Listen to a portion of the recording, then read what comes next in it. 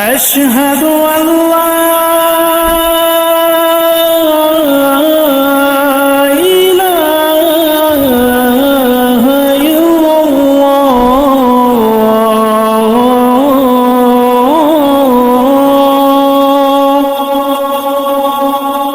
What if I told you there's a banned book so powerful even the Vatican tried to erase it from history? A book that talks about giants, angels who came down from the heavens, and a prophet who may have traveled to another dimension. Sounds like a movie, right? But this story, it's older than civilization itself. Let's talk about Enoch. If you found this video eye-opening, don't forget to like, subscribe, and share it with someone who needs to hear the real story. Because this was just part one. Or as we know him in Islam, Prophet Idris alayhi salam. His life isn't just a chapter in history, it's a mystery wrapped in divine secrets, hidden texts, and stories that will leave you questioning everything you thought you knew about human history. So, who was Enoch? What does Islam actually say about giants? And why was this ancient book so dangerous? It was literally buried and forgotten for centuries. Stick around, because what you're about to hear just might blow your mind. The Book of Enoch, a mysterious ancient text, lost for centuries, and when rediscovered it shook the world. It speaks of a forbidden union, and not between two tribes, but between celestial beings and human women. And from this union, giants were born. Yeah, you heard that right. Giants. Massive, terrifying beings who didn't just walk the earth, they ruled it, caused chaos, declared war on humanity. But wait, was this book truly from Enoch? From the same Prophet Idris alayhi salam mentioned in the Quran? And more importantly, what does Islam say about all of this? Let's start there. In Islam, Prophet Idris alayhi salam is no ordinary man. He's known as the first to write with a pen, the father of sciences like astronomy and mathematics, and even the inventor of sewing. He was a prophet who lived between Adam alayhi salam and Nuh alayhi salam, peace be upon them, at a time when humans were, well, not exactly our size. In fact, according to authentic hadiths, Adam alayhi salam was 60 cubits tall. That's nearly 40 meters. That's not just tall, that's giant territory. So if Adam was that tall, and Idris lived just a few generations after him, doesn't it make sense that he and his people were also of a massive size? Now here's where it gets wild. The Book of Enoch, or at least the versions we have, was discovered in different parts of the world. Ethiopia, Egypt, and the famous Dead Sea Scrolls in Qumran. And each version reveals strange stories, especially the part called the Book of Giants. This section talks about the nephilim, half angel, half human giants, born from the union of fallen angels and human women. These giants were destructive, rebellious, and terrifying.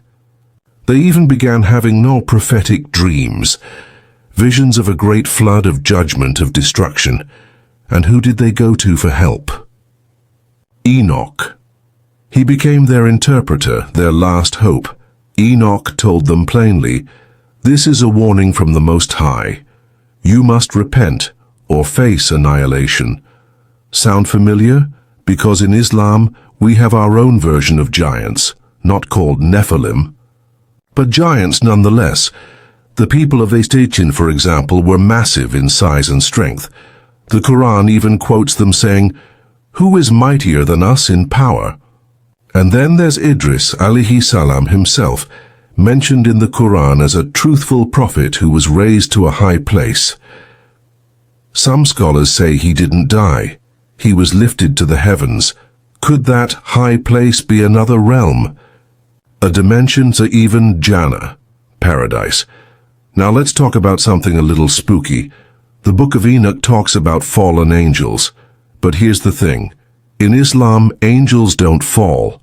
They don't sin. They don't rebel.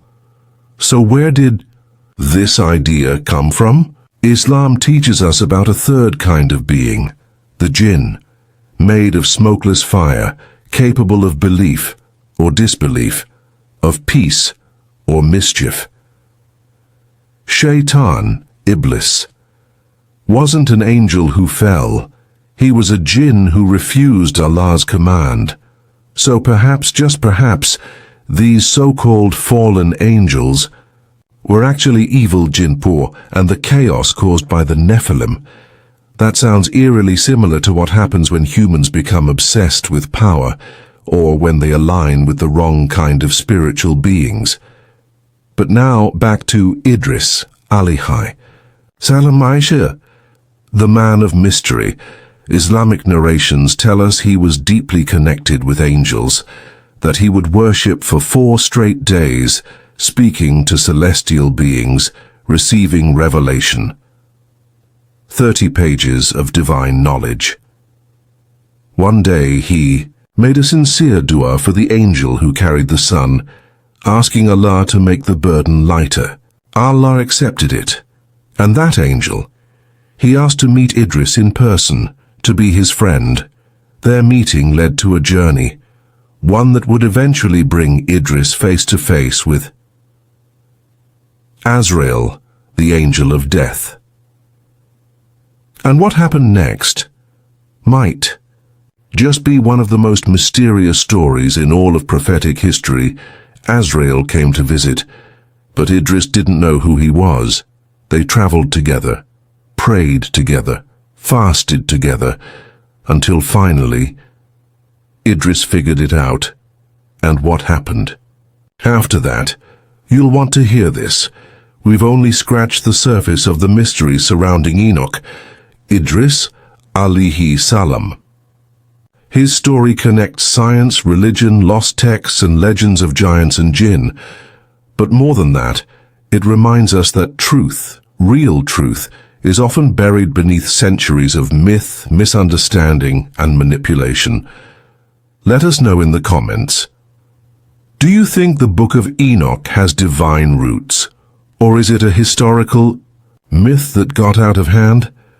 Until next time, keep questioning, keep exploring, and stay curious.